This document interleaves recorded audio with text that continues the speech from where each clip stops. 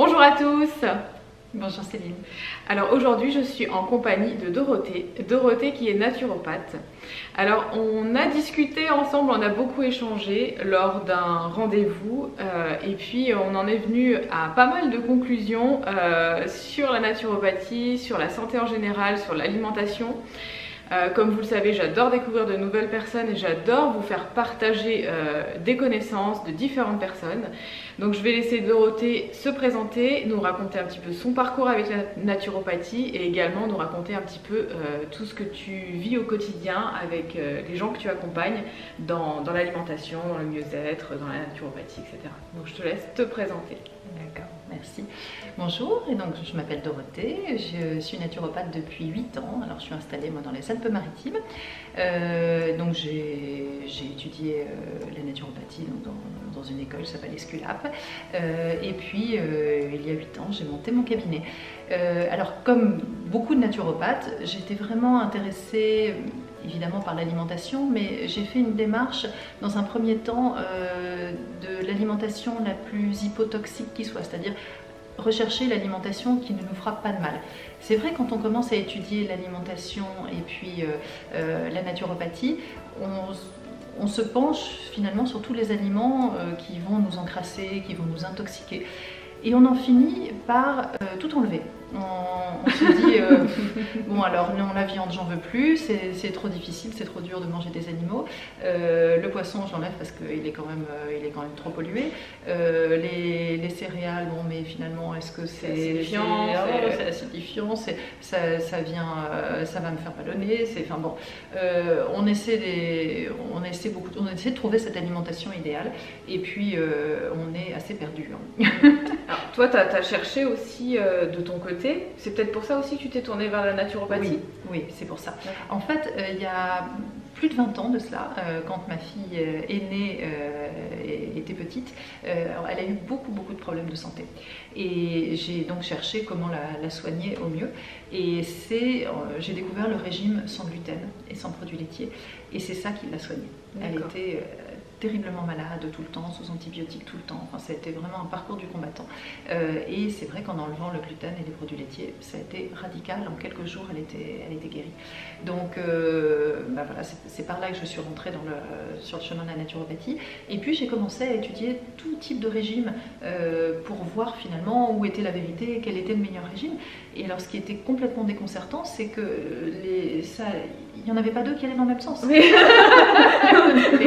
Comment je fais bon, alors je fais quoi? Je mange tout gras, je mange pas de sucre, je mange pas de protéines, je suis végane, je mange cru. T'as testé quoi comme régime en fait? Alors j'ai commencé d'abord par le régime Kousmine. D'accord. Ça c'est vrai que ça va. Voilà, ça va. On n'élimine pas trop de choses. On n'élimine pas trop de choses. Finalement j'étais naturellement assez proche du régime Kousmine. Ouais. Parce que j'utilisais quand même de bonnes graisses, j'utilisais beaucoup de fruits et légumes. Tu n'avais pas enlevé les protéines animales. Je n'avais pas enlevé les protéines animales, donc ça allait. Et puis très vite, j'ai basculé dans le végétarisme. Ouais. Ça c'était, voilà, je pense que c'est un passage obligé finalement. Ouais, j'ai l'impression. Végétarisme, mais après végétalisme. Alors le végétalisme, j'ai jamais réussi à y aller. J'ai essayé, mais en fait au bout de 24 heures, d'accord, que ça me convenait pas du tout. J'ai essayé, hein, j'étais motivée. Le cru, t'as essayé? Alors le cru, pareil, pas plus de 24 heures. C'est impossible pour moi.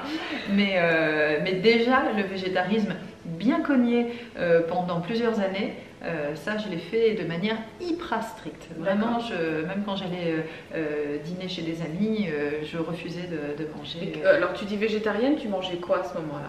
Alors, à ce moment-là, je mangeais quand même beaucoup de céréales. Beaucoup de fruits et évidemment beaucoup de légumes, des légumineuses. Je mangeais beaucoup d'amandes, de noix de cajou, des noix, enfin voilà, tous les oléagineux. Je mangeais pas mal d'algues aussi, de la spiruline. Ouais. Voilà, donc c'était quand même, enfin moi je pense très complet. Alors donc j'avais gardé les œufs. Les œufs, c'est vrai que les œufs ça j'en mangeais pas mal. Les produits laitiers? Les produits laitiers, pas en très grande quantité quand même. Brebis, chèvre. Brebis, chèvre, mais ça restait raisonnable. Parce que dès que j'en mangeais un peu trop, je sentais que ça n'allait pas. Donc je ne pouvais pas non plus abuser de ce côté-là. Donc on va dire que j'étais sur un végétarien sans trop de produits laitiers. D'accord. Donc ta protéine animale, c'était uniquement des œufs? C'était majoritairement les œufs. Oui. Et voilà, un petit peu de produits laitiers, mais c'était vraiment, c'était minime. Et ça, tu l'as gardé pendant combien de temps alors? Je suis bien restée végétarienne 5 ans. Et à ce moment-là, tu te sentais comment dans ce Alors, au début, bien. Au début, tout allait bien. Et puis, petit à petit, j'ai vu de plus en plus de fatigue arriver et puis de problèmes digestifs également. J'avais le transit qui était de moins en moins régulier. Alors qu'au départ, j'avais un transit qui était très régulier. Avant de commencer, vraiment, pour moi, le transit, c'était réglé comme du papier à musique. Il n'y avait vraiment aucun problème. Et puis, petit à petit, je me suis rendu compte que mon transit devenait irrégulier. J'alternais des périodes un peu de constipation, de celles plus molles. Enfin, c'était vraiment pas formidable. Et alors, c'est amusant parce que je pensais à une de mes profs qui était végétarienne et qui avait dit un jour en cours, moi depuis que je suis végétarienne, j'ai des problèmes digestifs, des problèmes intestinaux que je n'ai jamais réussi à régler. Ça m'était quand même resté dans un coin de la tête parce que je me suis dit, c'est bizarre, elle non plus n'avait pas de problème avant, elle devient végétarienne et elle se met à avoir des problèmes digestifs. Moi, c'est la même histoire. Bon, j'ai pas accepté de faire le rapprochement tout de suite. Parce qu'en fait, pour moi, c'était tellement important d'être végétarienne, de ne surtout plus contribuer à la souffrance animale, que, à la limite, on aurait pu mettre n'importe quelle preuve sous le nez, je ne voulais pas l'entendre, je ne voulais pas la voir. Donc, c'était de toute façon, je trouverai une solution en étant végétarienne, donc en prenant des compléments alimentaires, pour... Mais tu ne voulais pas reprendre de protéines animales? Ah non, c'était impossible. Qu'est-ce qui a été le déclic alors pour que tu reprennes? Alors ce qui a été le déclic, ça a été en fait d'avoir en cabinet des patientes qui étaient comme par hasard, comme toi, comme moi, c'est-à-dire surtout des femmes avec des profils qui étaient au départ omnivores, qui se sont tournés vers le végétarisme et qui ont commencé à avoir en priorité des problèmes digestifs. Après, il y a pu y avoir des problèmes un peu plus graves, notamment des problèmes de déséquilibre hormonal. Et puis, j'en ai même une qui était assez atteinte au niveau d'une maladie auto-immune. Enfin, sa santé s'est vraiment considérablement dégradée. Alors que c'est vrai que du temps où elle mangeait de tout, elle était parfaitement en forme.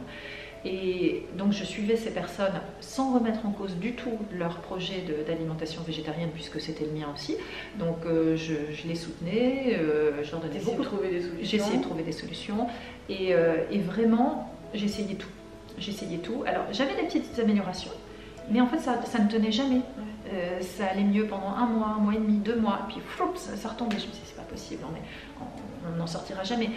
Et puis il a fallu que j'ai plusieurs patientes qui me racontent la même histoire, à savoir, elles allaient bien, elles ont commencé à être végétariennes, et puis j'ai vu la dégradation et le même type de symptômes qui sont réapparus, les uns après les autres. Donc, des troubles digestifs en priorité, et souvent des troubles hormonaux qui arrivaient juste derrière. Et fatigue aussi peut-être? Et fatigue, oui, bien sûr, et fatigue. Ça, c'était systématique. Et au bout d'un moment, je me suis dit, non, mais c'est pas possible, là, j'ai trop de preuves. Et c'est en fait en voulant aider mes patientes que je me suis dit, il faut que je réessaie sur moi et que j'en ai le cœur net. Et donc c'est comme ça que j'ai recommencé à manger de la viande. Il y a combien de temps? Il y a 3 ans maintenant. D'accord. Et là, j'ai bien été... T'as vu la différence? Et j'ai vu la différence. J'ai vu la différence très rapidement. Alors quand tu dis que tu remanges de la viande, c'est tous les jours, tous les repas? Alors c'est pas tous les repas, c'est presque tous les jours. Alors je vais alterner entre viande, poulet, poisson, œufs. Mais en tout cas, protéines animales, j'en ai tous les jours. T'en as tous les jours? Oui. Au moins un repas? Au moins un repas. D'accord. Et toi, tu penses honnêtement, de par ton expérience et aussi le vécu de tes patientes, est-ce que pour toi, le végétalisme est possible? Alors, écoute, c'est difficile pour moi de répondre à cette question parce que je n'ai pas eu d'expérience de patients végétaliens sur le long terme qui aillent bien. Donc, parce que moi, je me souviens de la seule patiente végétalienne que j'ai eue, elle allait très mal. Donc, voilà, donc j'ai pas cette expérience-là. C'est peut-être possible puisque, a priori, il y a peut-être des gens qui arrivent. Alors peut-être qu'il y a aussi des personnes qui ont une très belle force vitale et qui peuvent se permettre d'être végétaliens pendant un certain temps et que finalement l'organisme compense. Mais combien de temps ça peut durer? Ça, j'en sais rien. Moi, il y avait quand même quelque chose qui m'avait étonnée, c'est qu'en première année, mon mémoire d'école, je l'ai fait justement sur le régime végétarien. Et je me suis rendu compte que les animaux, les herbivores, donc les herbivores, on les considère vraiment comme des végétariens, végétaliens. Ils mangent un kilo d'insectes. Et bien, ils mangent énormément d'insectes. Et que lorsqu'on nettoie le foin d'une jument qui attend un poulain, eh bien, elle perd son poulain. On fait une fausse couche. Donc, même les herbivores ont besoin quand même de protéines et de protéines animales. Et en fait, les insectes ils sont très très riches en protéines. Donc quand même ça c'est quelque chose qui m'a titillée parce que je me suis dit nous on ne mange plus d'insectes, on mange des légumes qui sont archi propres, des fruits archi propres, s'il y a un verre dedans on ne va pas le manger. Donc finalement notre source de protéines animales elle est où? Il n'y en a plus du tout. Bon alors ça m'a quand même mis la puce à l'oreille, mais finalement j'ai eu dans mon parcours des tas de petits signaux qui auraient pu me mettre sur le chemin plus tôt, mais j'étais tellement convaincue par le fait que non, nous ne devions pas tuer les animaux que ça m'a aveuglée quelque part. Le végétalisme, d'accord, ça c'est une chose, mais le végétarisme alors pour toi, par exemple pour une personne qui va quand même manger des œufs, du poisson, éventuellement du fromage, des produits laitiers, quasiment tous les jours, ou voire à 1 ou 2 repas par jour, est-ce que tu penses que ça c'est tenable? Alors je pense que ça dépend vraiment du métabolisme de la personne. Parce que pour certaines personnes qui arrivent à bien métaboliser les produits laitiers, qui ne se sont pas encrassés par les produits laitiers, finalement avoir des protéines animales sous cette forme-là, on pense aux Indiens. Les Indiens ne mangent pas de chair animale et a priori la majorité se porte très très bien. Je pense qu'ils ont une flore intestinale qui doit certainement s'être adaptée, qui ne doit pas être la même que la nôtre. Certainement aussi une génétique qui a dû s'adapter au fil des siècles et qui n'est pas la même que la nôtre. Nous, finalement, nos ancêtres, jusqu'à il y a 2 générations, tout le monde mangeait de la viande. Le végétarisme, ça n'est apparu, je crois, que très très récemment dans notre histoire. Donc je pense qu'on a ce patrimoine génétique, ce patrimoine de flore intestinale. Il faut savoir qu'on a plus de bactéries dans le côlon que de cellules dans le corps.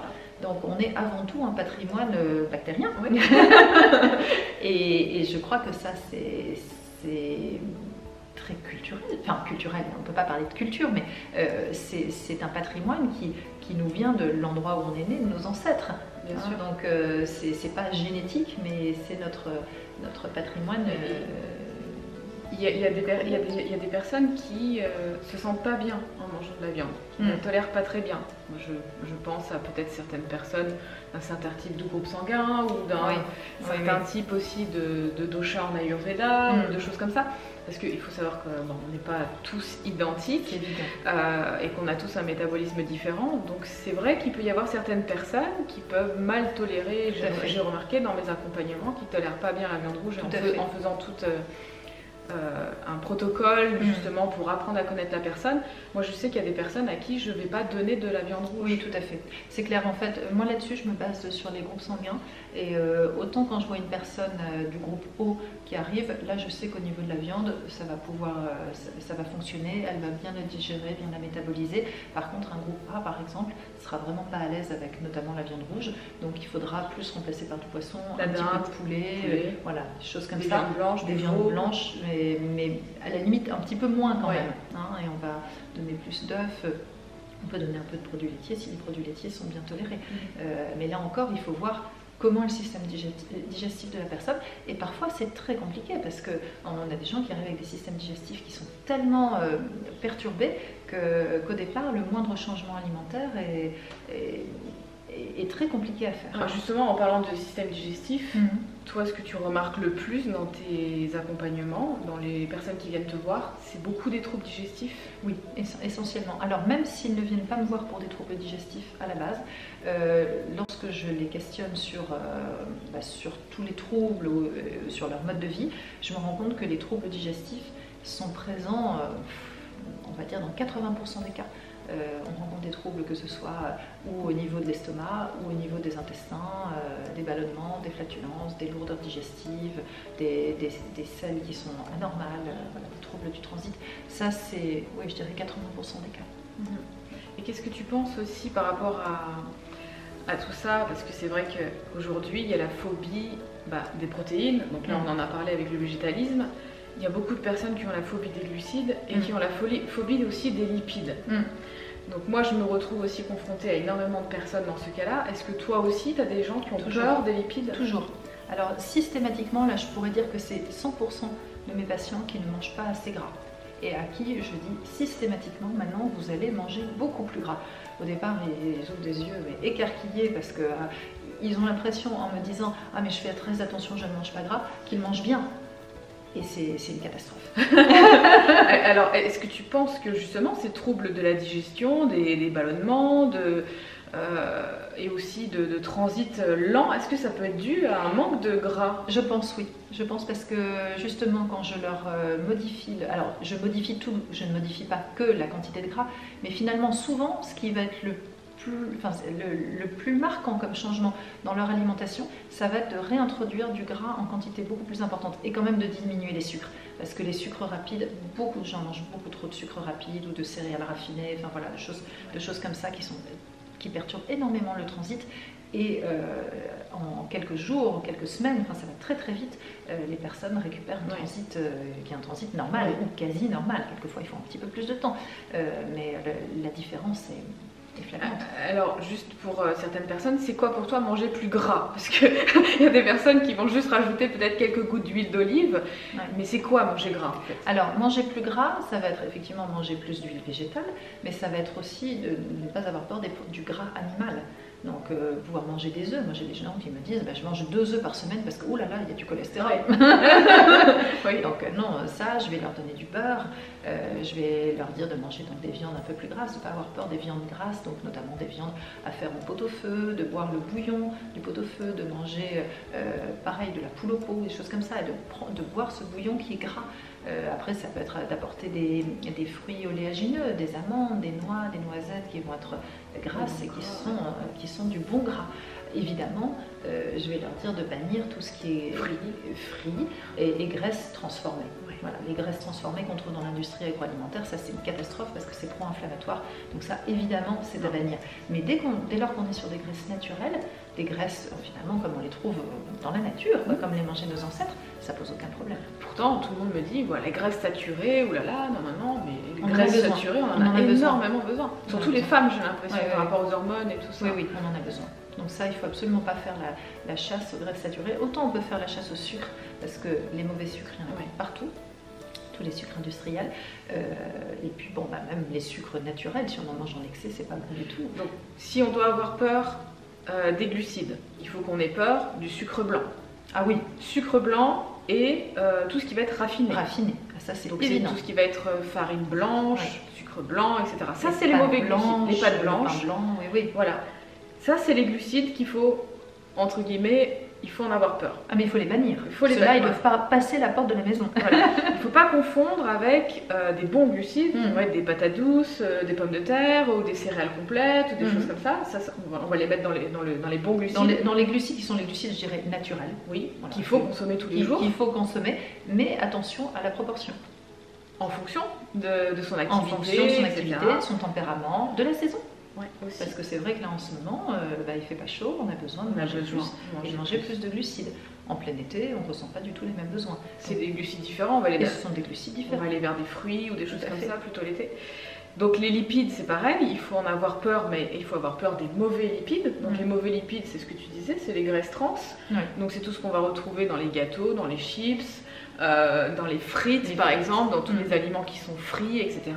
Les bonnes graisses, c'est tous les fruits à coque, les oléagineux, les bonnes viandes, le gras de la viande, bien sûr qui n'est pas calciné et cuit dans la poêle, parce que ça, voilà, au barbecue, il faut le faire mijoter parce que le gras de la viande, s'il est calciné, il devient mauvais. Oui, tout à fait. Voilà, donc ça c'est hyper important aussi de comprendre ça. Il n'y a pas que l'aliment en lui-même qui est mauvais, c'est aussi la façon de le cuisiner. La bonne cuisson. Voilà, la bonne cuisson. Et après, pour les protéines, pour moi, celles qui seraient peut-être à bannir, c'est toutes les protéines qui sont en sachet. La whey, des choses comme ça qui peuvent aussi faire énormément de problèmes au niveau digestif. Oui, j'avais eu un patient il y a 2-3 ans qui avait consommé énormément de ces produits, de ces protéines pour sportifs et qui s'était totalement détraqué. Il en était arrivé à vomir tous les matins. Au réveil, il se levait et dans les 20 minutes, il allait vomir. Il supportait plus rien. Il s'était vraiment copieusement détraqué. C'est effectivement le pire cas que j'ai eu. Ah oui, c'est vrai que ça détraque beaucoup. Alors pour toi, c'est quoi un bon équilibre alimentaire dans une assiette? Comment tu la composes? Comment on peut justement faire une belle proportion de protéines, lipides, glucides? Qu'est-ce que tu donnes, on va dire, en général, même si on sait qu'on est un petit peu tous différents, c'est vrai que c'est assez compliqué là-dessus, mais au moins pour que les gens qui vont peut-être écouter cette vidéo vont se dire ok, je vais essayer de faire au moins des proportions comme ça. Après, il faut vraiment s'écouter et adapter son assiette aussi à son activité physique, à son tempérament, il y a plein de choses, mais au moins donner peut-être une image de ce que doit être une alimentation équilibrée. Alors là, je te dirais que c'est une question à laquelle il est presque impossible de répondre pour moi, parce que je vais vraiment m'adapter aux capacités métaboliques des personnes. J'ai des personnes qui ne peuvent vraiment pas manger le matin ou vraiment manger très peu, donc je vais surtout pas leur donner un petit déjeuner lourd. Après, j'ai des personnes qui le midi ne mangent pas chez elles, enfin voilà, il y a vraiment, je suis à chaque fois obligée de m'adapter aux conditions de vie de chacun pour pouvoir donner un repas et en fait comment dire, une ration journalière qui soit équilibrée. Mais je n'ai absolument pas on va dire, d'assiette type, parce que à chaque fois ça change en fonction de leurs envies, de leur capacité métabolique et de leur mode de vie. Oh. Alors, je suis désolée, c'est vraiment très compliqué. Ouais, c'est compliqué, oui, c'est vrai que c'est pas évident. Mais bon, par rapport à déjà tout ce qu'on a dit, au moins de trouver les bonnes graisses, les bons glucides. Voilà, moi je leur dis surtout bannissez tout ce qui est industriel. Voilà, oui, ça c'est déjà si tu leur dis de bannir tout ce qui est industriel, tu as déjà fait 50% du chemin. Et après de manger des produits de saison. D'essayer de s'écouter, c'est-à-dire que si pour eux faire un gros repas c'est trop compliqué, c'est trop lourd, ils se rendent compte que juste après le repas ils sont très somnolents, ils sont out pendant 2 heures. Bon bah non, voilà, ce repas il est beaucoup trop lourd pour vous. Ou alors il faut réussir à stimuler un petit peu le feu de l'estomac, enfin la digestion pour qu'il soit plus, qu'il digère mieux. Mais il faut aussi diminuer cette ration, c'est souvent sur le repas du midi. Après, je peux aussi conseiller à certaines personnes de faire des exercices de relaxation avant le repas du midi pour pouvoir justement, voilà, des respirations et de la relaxation pour pouvoir être plus à même de digérer correctement leur repas du midi. Voilà, c'est vraiment une adaptation à chaque cas. Mais tu as raison, je pense qu'une assiette, on va dire, classique, ça va être une assiette avec un petit peu de cru, de légumes crus, un peu de légumes cuits, on va mettre une protéine et on peut mettre des féculents ou non selon la capacité digestive de la personne. Pour certaines personnes, mettre des féculents avec les protéines, ça ne va pas passer. Pour d'autres, en petite quantité, ça va très bien passer. J'évite par contre toujours le sucre. En fin de repas. Ça c'est clair. Ça, oui, moi aussi, en général, je donne pas. Ça, éventuellement, un petit carré de chocolat noir. Voilà, éventuellement, ça c'est la seule chose que je te donne. Pas de sucré à la fin. Mais pas du tout de sucré en fin de repas. Et puis, une ration de gras. Donc, le gras, ça peut être ou des huiles, ou effectivement, ils ont de la viande et donc une viande grasse. J'aime bien utiliser aussi des condiments qui vont être gras à rajouter dans l'assiette. Voilà, je vais vraiment m'adapter au goût de chacun. D'accord. Et juste une dernière question pour parler un petit peu de tout ce qui est détox. J'aimerais bien que tu nous en parles un petit peu parce que tu as pas mal de gens aussi qui viennent vers toi et qui ont testé des détox, où il y a eu cette grande mode de la détox. Et toi, à l'époque aussi, quand tu as fait ta formation en naturopathie, on t'en a énormément parlé. Est-ce que tu peux revenir là-dessus, sur ce phénomène de la détox, et qu'est-ce que c'est devenu aujourd'hui au final? Alors, j'ai une petite anecdote qui est assez rigolote, c'est que quand j'étais justement étudiante en naturopathie, effectivement je passais mon temps à me nettoyer, j'essayais toutes les plantes détoxifiantes qui me passaient sous la main, et puis donc j'étais végétarienne et j'étais fatiguée, c'était terrible. Et donc j'arrive chez mon médecin généraliste et je lui dis que je suis fatiguée, donc elle me demande comment je mange. Donc déjà je commence par me faire remettre en place parce que j'étais végétarienne. Bon, mais de toute façon j'étais persuadée, donc elle n'aurait pas réussi à te pouvait bien dire ce qu'elle voulait. Moi ça me je ne m'entendais pas du tout. Et puis à un moment donné, elle me demande si je prends des choses, et puis je commence à lui parler de mes cures de détox diverses et variées. Et elle me regarde en me disant mais qu'est-ce que vous cherchez à nettoyer? Qu'est-ce que vous avez encore à nettoyer? Vous vous rendez compte? Vous perdez tout, vous perdez tous vos minéraux, vous vous dévitalisez complètement. Et quand même, ça m'a mis une petite claque, parce que je me suis dit, mais oui, peut-être qu'elle a raison. Donc là, je me suis calmée quand même sur la détox, et puis j'ai commencé à prendre des choses quand même plus revitalisantes. Et alors c'est amusant parce que dans les années qui ont suivi, très régulièrement, moi je traîne tout le temps en magasin bio, je discute avec les gens, enfin voilà, j'aime beaucoup échanger dans les magasins bio. Et j'ai rencontré un certain nombre de fois des femmes qui étaient passées au jus, au cure de jus de légumes. Alors un jus de légumes c'est très bien, mais sauf qu'elles étaient passées au cure de jus de légumes tout le temps. Donc je me souviens de plusieurs femmes que j'ai rencontrées qui m'ont dit « Ah mais moi je ne mange plus que des jus ». En gros je ne fais plus que manger liquide. Voilà, le matin c'est un jus, le midi c'est un jus, le soir c'est un jus. Une catastrophe. Donc effectivement, elles se sentaient alors complètement épuisées, dévitalisées. Elles étaient au niveau du transit, c'était une catastrophe. Elles avaient le ventre totalement ballonné. Et je me souviens d'avoir dit à l'une, mais je pense que vous prenez beaucoup trop de jus et que ça ne vous convient pas du tout. Et une m'a répondu, ah mais non, c'est parce que je suis pas encore assez propre. C'est parce que je suis en détox. Je suis en détox et donc ça fait, je sais plus si ça faisait 4 ou 6 mois qu'elle le faisait. Non, il faut que je continue, c'est parce que je suis pas encore assez propre. C'est ma réaction liée à la détox. Ouf. Bon, non, pas du tout. Donc ça c'est vraiment catastrophique, il faut faire attention. Et d'ailleurs en naturopathie, on apprend bien que la détox, elle doit être limitée dans le temps. On fait 21 jours de détox et après on fait une cure de revitalisation qui fait au minimum 2 à 3 fois la durée de la cure de détox. Bah, souvent on fait la détox, mais la cure de revitalisation on l'oublie complètement. C'est vrai. Bah, moi la première, au départ, quand j'ai fait la détox, c'est vrai que j'ai détox sur détox sur détox et en fait tu perds la vitalité à force de détoxifier. Complètement. Moi maintenant je fais quasiment plus de cure de détox. Ça m'est complètement passé. Maintenant de la revitalisation, oui. Alors ça c'est clair que ça fait vraiment partie de mes habitudes. Et je me rends compte que plus je me revitalise et plus mon corps va détoxifier. Et naturellement. Oui, en fait c'est ça. Voilà. C'est en fait quand on donne la force nécessaire au corps, et ben il se nettoie tout seul. Oui, mais le corps, au final, s'il a besoin de se nettoyer, il le fait.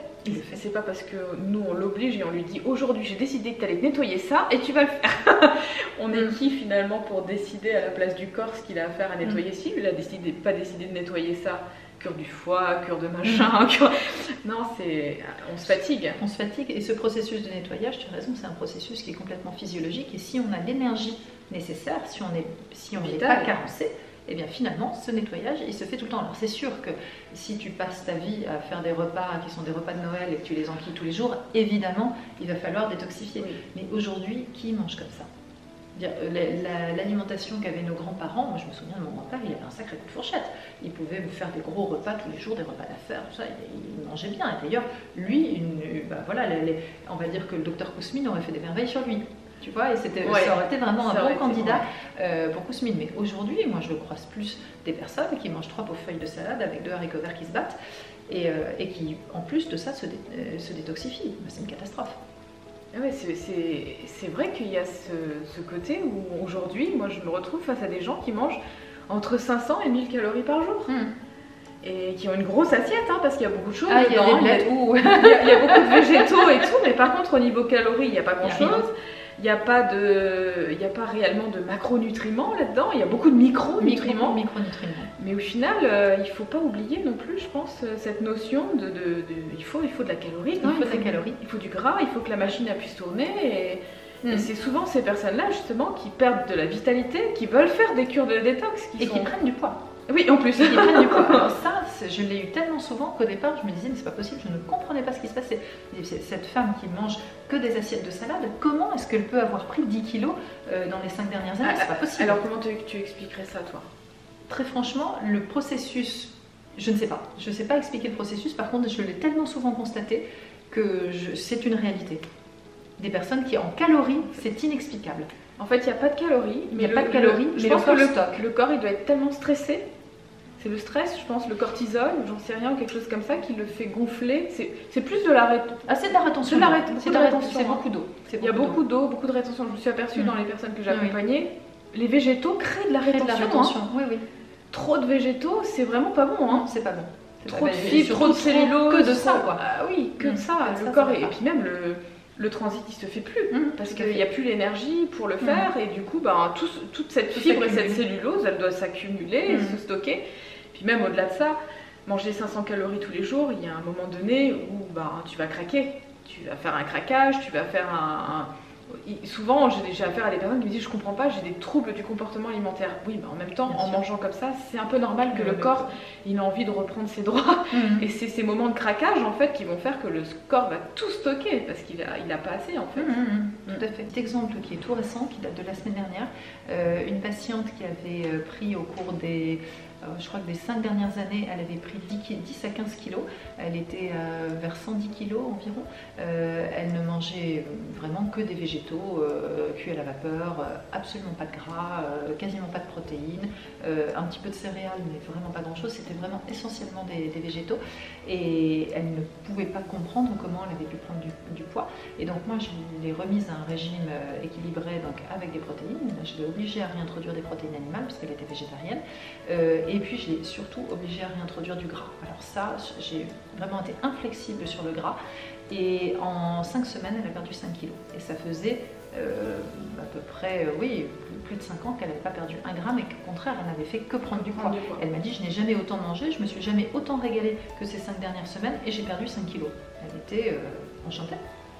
C'était la première fois qu'un truc fonctionnait. Ah ouais. Alors au final, toutes ces personnes, toutes ces femmes qui ont peur du gras, aujourd'hui, c'est surtout aussi ça qu'on veut dire au travers de cette vidéo, c'est réconciliez-vous avec le gras, avec les protéines. Et c'est bon, c'est pas le grand méchant loup. Ça va vous faire des beaux cheveux, une belle peau.